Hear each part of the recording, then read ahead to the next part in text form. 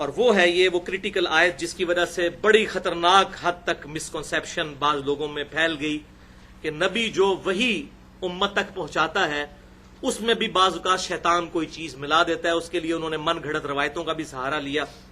اور قرآن پاک کی یہ آیت قرآن پاک کی مشکل ترین آیت ہے تشریح کے اعتبار سے. سورۃ الحج کی 52 نمبر آیت, اس کو انہوں نے تختہ مشق بنایا یہ اپنا عقیدہ پروپیگیٹ کرنے کے لیے. لیکن یہ آیت کا کانٹیکسٹ اور اس کی تفسیر سورۃ الفرقان کی آیت نمبر 31 سے لے کر 33 تک معاملے کو بالکل کھول دے گی. اس پہ مجھے بڑی محنت کرنی پڑی کہ مجھے قرآن پاک سے کوئی کراس ریفرنس ملے. تو الحمدللہ بڑی محنت کے بعد یہ مجھے کراس ریفرنس سورۃ الفرقان کی 3 آیات مل گئیں, 31, 32 اور 33. بہرحال یہ آیت سورۃ الحج کی آیت نمبر 52 آپ کے ریفرنس پہ ریفرنس نمبر 6. بسم اللہ الرحمن الرحیم. وما ارسلنا من قبلک من رسول ولا نبی. اور اے محبوب صلی اللہ علیہ وسلم کبھی ایسا نہیں ہوا کہ آپ سے پہلے جتنے بھی ہم نے نبی اور رسول بھیجے ہیں ان کے ساتھ یہ پرٹیکولر معاملہ ہوا. الا یہ ہوا اذا تمنا القى الشیطان فی امنیتہ, کہ جب کبھی نبی نے کوئی تمنا کی تو شیطان نے بھی اس میں اپنا حصہ ڈال دیا. ایسا ہو ہی نہیں سکتا کہ کوئی نبی اور رسول اس معاملے میں محفوظ رہا ہو. ہمیشہ ایسا ہوا ہے کہ جب نبی نے کوئی تمنا کی تو شیطان نے اس کی تمنا میں اپنا حصہ ڈال دیا. فَيَنْسَخُ اللَّهُ مَا يُلْقِي الشَّيْطَانُ, پھر اللہ تعالیٰ نے اس کو تو نسخ کر دیا, ختم کر دیا جو شیطان نے القاء کرنے کی کوشش کی. ثُمَّ يُحْكِمُ اللَّهُ آیَاتِهِ, اور پھر اللہ تعالیٰ نے اپنی آیات کو محکم اور مضبوط کر دیا. واللہ علیم حکیم, اور اللہ تعالیٰ علم والا اور حکمت والا ہے. بعض لوگ اس بات کو نبی کی طرف لے گئے کہ نبی پر شیطان کو القاء کر دیتا ہے, معاذ اللہ استغفر اللہ, پھر اللہ تعالیٰ اس کا القاء ختم کر کے تو آیات کو محکم کرتا ہے. جو نبی پر وحی آتی ہے اس وحی کے دوران شیطان بھی کوئی وحی انجیکٹ کر دیتا ہے. یہ تو بھائی بالکل غلط ہے, یہ تو قرآن کے پورے فلسفے کے خلاف ہے, کیونکہ قرآن تو کہتا ہے کہ ہم نبی کی حفاظت کرتے ہیں. وما ينطق عن الهوى ان هو الا وحی یوحى. سورۃ الجن کی آخری آیت ہے کہ اللہ کی یہ شان نہیں کہ اپنے غیب پر کسی کو مطلع کرے مگر اپنے پسندیدہ رسولوں میں سے بھی, اور ان کی حفاظت پہ بھی فرشتے مامور کر دیتا ہے. اور یہ مضمون قرآن میں کئی جگہ ہے. اصل اس میں مخاطب ہیں عوام الناس. اب اس آیت کو سمجھیے کہ کبھی ایسا نہیں ہوا کہ کوئی رسول اور نبی آیا ہو, مگر یہ کہ یہ معاملہ ہوگا کہ جب کبھی اس نے تمنا کی کہ وہ دعوت حق جو اللہ نے اس کو دی ہے وہ عوام الناس تک پہنچائے تو شیطان بھی اس کے اندر اپنی عمل دخل کر دیتا ہے. مراد یہ کہ جب وہ لوگوں کو حق بات پہنچاتا ہے تو لوگوں کے دلوں میں وہ وسوسے ڈال کر نبی کے خلاف کر دیتا ہے عوام کو. پھر اللہ تعالیٰ اس معاملے کو دور کرتا ہے. وہ کیسے کرتا ہے؟ اعتراضات کر کے. یار یہ کیا قرآن میں آیت نازل ہوئی, یہ کیا مکھی اور مچھر کی مثال. تو اللہ تعالیٰ نے فرمایا اللہ نے کوئی علم نہیں جھاڑنا, بلکہ اللہ تبارک و تعالیٰ اس مثال کے ذریعے لوگوں کو بات سمجھانا چاہتا ہے. اگر کسی کو مکھی اور مچھر کی مثال سے سمجھ آتی ہے تو اس طرح سمجھ آ جائے. تو اللہ تعالیٰ پھر اپنی آیات کو محکم کرتا ہے, اور پھر اللہ تبارک و تعالیٰ ان آیات کو محکم کیسے کرتا ہے, اور آیات نازل فرما کے ان اعتراضات کا جواب دے کے. اسی لیے تو بھائیو یہ اتنی موٹی کتاب ہے, ورنہ ایک صفحے کی کتاب ہوتی ہے. یہ اتنی بڑی کتاب اسی لیے ہے کہ وسوسے بہت زیادہ ہیں. 23 سال تک نازل ہوتی رہی. تو ان وسوسوں کو سیٹل کرنے کے لیے اللہ تعالیٰ کہتا ہے کہ جب یہ عوام الناس کے اندر کوئی ایسا معاملہ کرتے ہیں تو اللہ تعالیٰ اپنی آیات کو محکم کر دیتا ہے. یہ تفسیر میں نے اپنی طرف سے نہیں کی, اس کی سپورٹ میں یہ آیات مجھے ملی الحمدللہ بڑی محنت کے بعد. سورۃ الفرقان آیت نمبر 31 سے 33, ریفرنس نمبر 7. یہ باقی آیات سورہ حج کی بعد میں مکمل کریں گے. یہاں کراس ریفرنس کے طور پر اس چیز کو لے لیں. وَكَذَلِكَ جَعَلْنَا لِكُلِّ نَبِيٍّ عَدُوًّا مِّنَ الْمُجْرِمِينَ, اور ہم نے اسی طریقے سے ہر نبی کے دشمن بنا دیے مجرموں میں سے. یعنی اللہ تعالیٰ یہ کشمکش کرتا ہے. یہ دشمن بھی اللہ تعالیٰ نے شیطان بھی پیدا کیا, اور یہ سارے معاملات یہ جو حالات ہوئے آزمائش کے لیے. وَكَفَى بِرَبِّكَ هَادِيًا وَنَصِيرًا, اور تیرا رب کافی ہے ہدایت دینے کو اور مدد کرنے کو. وَقَالَ الَّذِينَ كَفَرُوا لَوْلَا نُزِّلَ عَلَيْهِ الْقُرْآنُ جُمْلَةً وَاحِدَةً, اور کافر یہ اعتراض کرتے ہیں کہ یہ قرآن ایک اکٹھی کتاب کی صورت میں کیوں نہیں نازل ہوا؟ قرآن میں خود لکھا ہوا ہے کہ تورات اور انجیل جو ہیں وہ اکٹھے نازل ہوئے ہیں. تورات موسیٰ علیہ السلام کو دی گئی اکٹھی تختیوں کی شکل میں. یہ قرآن کیوں 23 سال سے نازل ہو رہا ہے؟ مکی دور میں 13 سال سے اکٹھی ایک کتاب سلیبس کے طور پہ پکڑا دی جاتی. اب یہ کافروں کا اعتراض تھا. تو اب دیکھو اعتراض کرنے میں تو کوئی بھی اعتراض کر سکتا ہے. یعنی اگر کٹھی ہو جاتی پھر تسی مان لینا سی. عیسیٰ علیہ السلام پہ 12 بندے ایمان لے کے آئے. موسیٰ علیہ السلام پہ بھی ایمان لانے والے تو 6 لاکھ کے قریب تھے. جب قتال کی واری آئی تو 2 بندے ساتھ رہ گئے, باقی سارے ادھر ادھر ہو گئے. تو یہ اعتراضات دل بےمان تھے اجٹا ٹیر جنہوں سے پنجابی کہنا ہے کہ دل میں بےمانی ہو تو پھر جھوٹے دلائل تو بہت گھڑے جا سکتے ہیں. تو یہ کافر اعتراض کرتے ہیں یہ کتاب اکٹھی کیوں نہیں نازل ہوئی؟ تو اللہ تعالیٰ فرماتا ہے کذالک, یہ اس لیے ہے لنثبت به فؤادک ورتلناہ ترتیلا, یہ اس لیے کہ محبوب صلی اللہ علیہ وسلم ہم آپ کو اس کے ذریعے مضبوط کریں اور ٹھہر ٹھہر کر کے آپ پر یہ کتاب پڑھیں.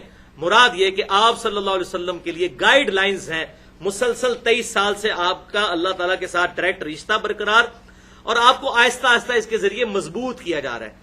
پہلے گائیڈ لائنز آتی ہیں, اس پر عمل کرتے ہیں, نئی آزمائشیں آتی ہیں, پھر اللہ کی طرف سے گائیڈ لائنز آہستہ آہستہ ایوالو ہوتے ہوئے صحابہ کرام کی ایک جانثار جماعت آپ کے پاس تیار ہو گئی ہے. اس لیے کہ آپ کے دل کو مضبوط کرتے ہیں ہم اس کے ذریعے, جو کہ اللہ تبارک تعالیٰ نے سورہ حشر میں بھی فرمایا کہ اگر یہ کتاب نازل ہوتی پہاڑوں پر تو ریزہ ریزہ ہو جاتے پہاڑ. نبی صلی اللہ علیہ وسلم کے مبارک دل پہ آہستہ آہستہ اس کو نازل کیا گیا تاکہ آپ کے دل کو مضبوط کیا جائے اس کے ذریعے. وَلَا يَأْتُونَكَ بِمَثَلٍ إِلَّا جِئْنَاكَ بِالْحَقِّ وَأَحْسَنَ تَفْسِيرًا, اور اے محبوب صلی اللہ علیہ وسلم تم دیکھو کوئی ایسا اعتراض نہیں, یہ لے کر آئیں اور ہم اس کا کوئی نہ کوئی معقول جواب آپ کو تعلیم فرما دیتے ہیں. احسن تفسیرا. اب اس کو اوپر جوڑ لیں سورہ حج کی 52 نمبر آیت کے ساتھ کہ اللہ تعالیٰ فرماتا ہے جب کوئی شیطان کوئی کام ڈالنے کی کوشش کرتا ہے تو اللہ تعالیٰ شیطان کی اس معاملے کو پیچھے کر کے اپنی آیات کو محکم کرتا ہے. مراد یہ اس کا جواب دے دیتا ہے. اسی طریقے سے سورۃ الانبیاء میں آیا کہ یہ کافر جن کو پوج رہے ہیں, جن پتھروں کو, اللہ تعالیٰ ان پتھروں کو بھی دوزخ میں ڈال دے گا, ان بتوں کو بھی دوزخ میں پھینکے گا. تو کافروں نے مذاق اڑانا شروع کر دیا. اچھا اس کا مطلب ہے جتنے جھوٹے معبود بنائے گئے ہیں وہ دوزخ میں جائیں گے, تو عیسیٰ علیہ السلام کو بھی پھر دوزخ میں ڈالا جائے گا, کیونکہ عیسیٰ علیہ السلام کو بھی تو پوچھتے تھے عیسائی. اب پتا تو کافروں کو بھی تھا کہ عیسیٰ علیہ السلام نے اپنی عبادت تو خود نہیں کروائی, وہ تو الحمدللہ امام الموحدین تھے, یہ تو لوگوں نے ان کے لیے ڈیوینٹی کلیم کی. پھر اللہ تعالیٰ نے اس کا جواب بھی دیا سورہ زخرف کے اندر کہ محبوب صلی اللہ علیہ وسلم یہ جو عیسیٰ کی مثال انہوں نے آپ سے بیان کی, آپ ٹینشن نہ لیں, یہ حجت بازی کرنے کے لیے کی. حالانکہ ان کو بھی پتا ہے کہ ہمارے خاص بندے تھے اور وہ قیامت کی خبر ہے, یعنی نزول عیسیٰ جو ہے یہ قیامت کی خبر ہے. اسی پہ میں نے مسئلہ نمبر 12 حیات مسیح اور نزول مسیح علیہ السلام, اس میں اس آیت کو بھی ثبوت کے طور پر پیش کیا ہے. تو ہر چیز کا اللہ تعالیٰ معقول جواب الحمدللہ تعلیم فرما دیتا ہے. اب اس کی حکمت کیا ہے کہ ایسا کیوں ہوتا ہے کہ نبی دعوت دے رہا ہے, شیطان اپنا کام ڈال رہا ہے, پھر اللہ تعالیٰ آیت نازل کر رہا ہے. یہ اس کا ثبوت تو سورہ حج کی 52 نمبر آیت کی اگلی آیات پڑھ لیجئے, 2 آیات 53 اور 54. یہ کس لیے ہے؟ لِيَجْعَلَ مَا يُلْقِ الشَّيْطَانُ فِتْنَةً لِلَّذِينَ فِي قُلُوبِهِم مَرَضٌ. یہ اس لیے ہے تاکہ ہم شیطان کی ان باتوں کو آزمائش کا ذریعہ بنا دیں ان لوگوں کے لیے جن کے دل کے اندر مرض ہو چکا ہے, جنہوں نے بات نہیں ماننی. والقاسیہ, اور ان کے دل سخت ہو چکے ہیں, قاسیۃ القلوبہم, ان کے دل سخت ہو چکے ہیں, یہ ان کے لیے آزمائش بن گئی ہے. اب اس بات کو اس سے بھی جوڑ لیجئے, جو یہ اکثر لوگ معاذ اللہ قرآن کی توہین کرتے ہیں, کہتے ہیں نہیں قرآن میں آیا یضل بہ کثیرا ویہدی بہ کثیرا, اللہ تعالیٰ اس کتاب کے ذریعے لوگوں کو گمراہ کرتا ہے اور ہدایت دیتا ہے. استغفر اللہ, یہ کانٹیکسٹ ہی نہیں ہے اس کا. یہ سورۃ البقرہ کی آیات پیچھے سے شروع ہوتی ہیں کہ کافر اعتراض کرتے ہیں کہ مکھی اور مچھر کی مثال قرآن میں کیوں آئی. تو اللہ تعالیٰ فرماتا ہے کہ ہمارا مقصد تو علم جھاڑنا نہیں بلکہ بات سمجھانا ہے. پھر اللہ تعالیٰ نے یہ الزامی جواب کے طور پر کہا تاکہ اللہ تعالیٰ اس کے ذریعے تمہیں گمراہ کرے. کیوں گمراہ کرے؟ کہ تم اس مثال کو ماننے کے لیے تیار ہی نہیں ہو رہے, اور ہدایت دے ان کو جو قرآن کو مان لیں. لہٰذا جو قرآن پڑھ کے قرآن کے اوپر عمل کر رہے ہیں نا, وہ ہے ہدایت والے. اور جو کہہ رہے قرآن ڈائریکٹ نہ پڑھو گمراہ ہو جاؤ گے, بیسیکلی وہ ہے یضل بہ کثیرا. اور کہتے ہیں جی قرآن پڑھ کے لوگ گمراہ ہو جاتے ہیں. قرآن میں کہیں نہیں لکھا ہوا قرآن پڑھ کے لوگ, یہ تو قرآن کا مقدمہ ہی ختم ہو جائے گا یہ قرآن تو ہے ہدل للناس سورۃ البقرہ میں، وبینات من الہدی والفرقان، ہدایت کی روشن دلائل اور حق اور باطل میں تمیز کرنے والی کتاب۔ اگر ہم یہ کافروں کو کہیں یہ کتاب پڑھ کے آپ گمراہ بھی ہو سکتے ہیں اور صحیح بھی ہو، کہیں گے جی اپنے کول رکھو کتاب، استغفر اللہ، آؤٹ آف کنٹیکسٹ کوٹ کیا ہے۔ اللہ تعالیٰ نے ٹانٹ کیا کہ کافروں جب اس کتاب کی تم واضح باتوں کو نہیں مانتے تو تمہاری گمراہی میں اضافہ ہوتا ہے۔ ہم یہ اس لیے نازل کرتے ہیں کہ ایمان والوں کو اس سے اور ہدایت ملے اور تم لوگ اس کا انکار کر کے خود گمراہ ہو، انکار کر کے نہ کہ مان کے۔ اور یہاں پر بھی اللہ تعالیٰ فرما رہا ہے یہ ہم اس لیے کرتے ہیں تاکہ شیطان فتنہ کھڑے کر دے ان لوگوں کے لیے جن کے دلوں میں مرض ہے اور جن کے دل سخت ہو چکے ہیں۔ وَإِنَّ الظَّالِمِينَ لَفِي شِقَاقٍ بَعِيدٍ، اور یہ جو ظالم ہیں یہ تو دشمنی میں بہت آگے جا چکے ہیں، حق بات نظر بھی آ رہی ہے نا پھر بھی نہیں ماننے۔ اور یہ ہمیشہ سے ہیومن انسٹنکٹ ہے، آج تک ہے۔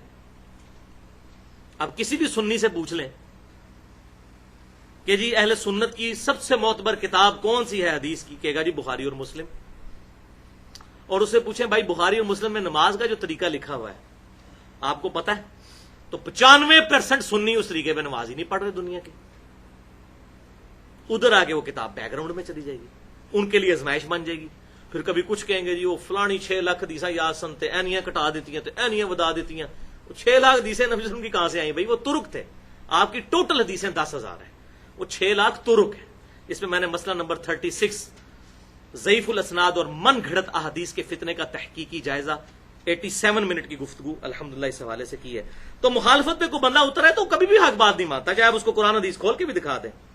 اور دوسری طرف کیا ہے؟ وَلِيَعْلَمَ الَّذِينَ أُوتُوا الْعِلْمَ، تاکہ جان لیں اہل علم، علم والے لوگ، جذبات والے لوگ نہیں، جو علم کے اوپر اپنے عقائد و نظریات کی بنیاد رکھنا چاہتے ہیں، أَنَّهُ الْحَقُّ مِن رَبِّكَ، کہ یہ کتاب حق ہے آپ کے رب کی طرف سے۔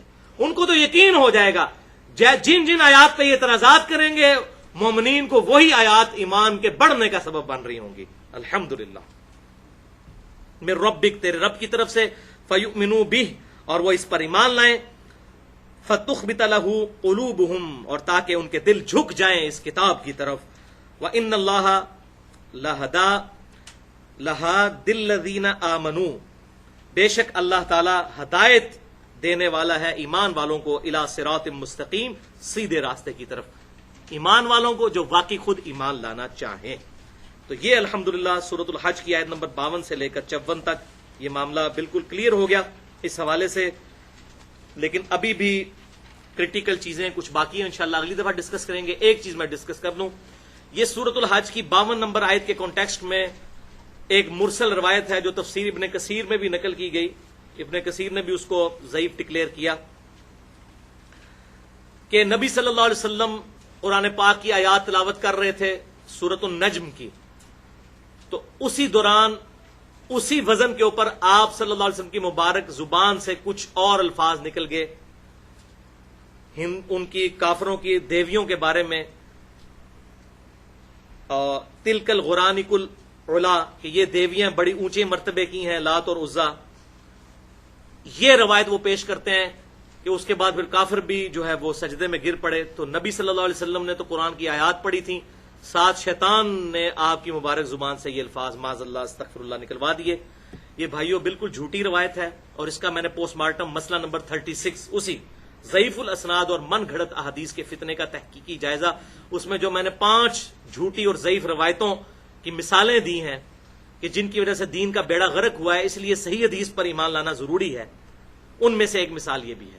یہ بالکل جھوٹی روایت ہے، اس کی اسلام میں کوئی حیثیت نہیں ہے۔ اب یہاں پر یہ بات بھی یاد رکھیں کہ آپ صلی اللہ علیہ وسلم یا انبیاء کرام علیہ السلام دین پہنچانے کے حوالے سے 100% اللہ تعالیٰ کی حفاظت میں ہوتے ہیں، ان پر کوئی شیطان کا غلبہ نہیں آتا۔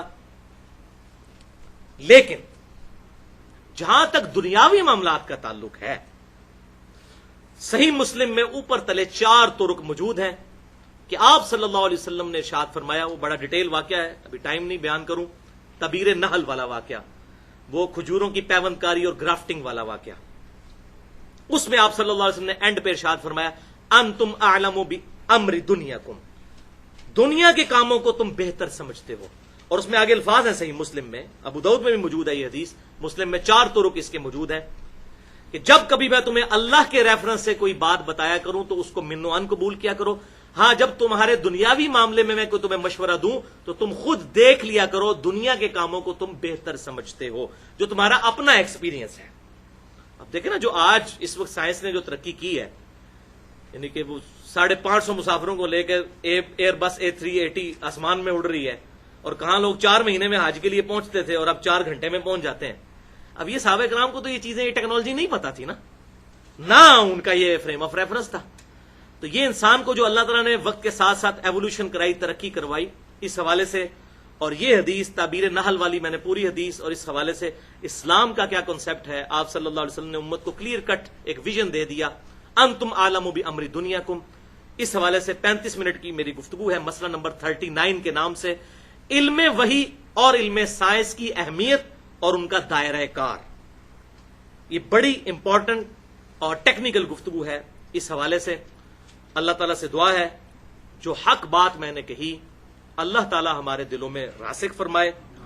اگر جذبات میں میرے منہ سے کوئی غلط بات نکل گئی تو اللہ تعالیٰ ہمارے دلوں سے محو کر دے.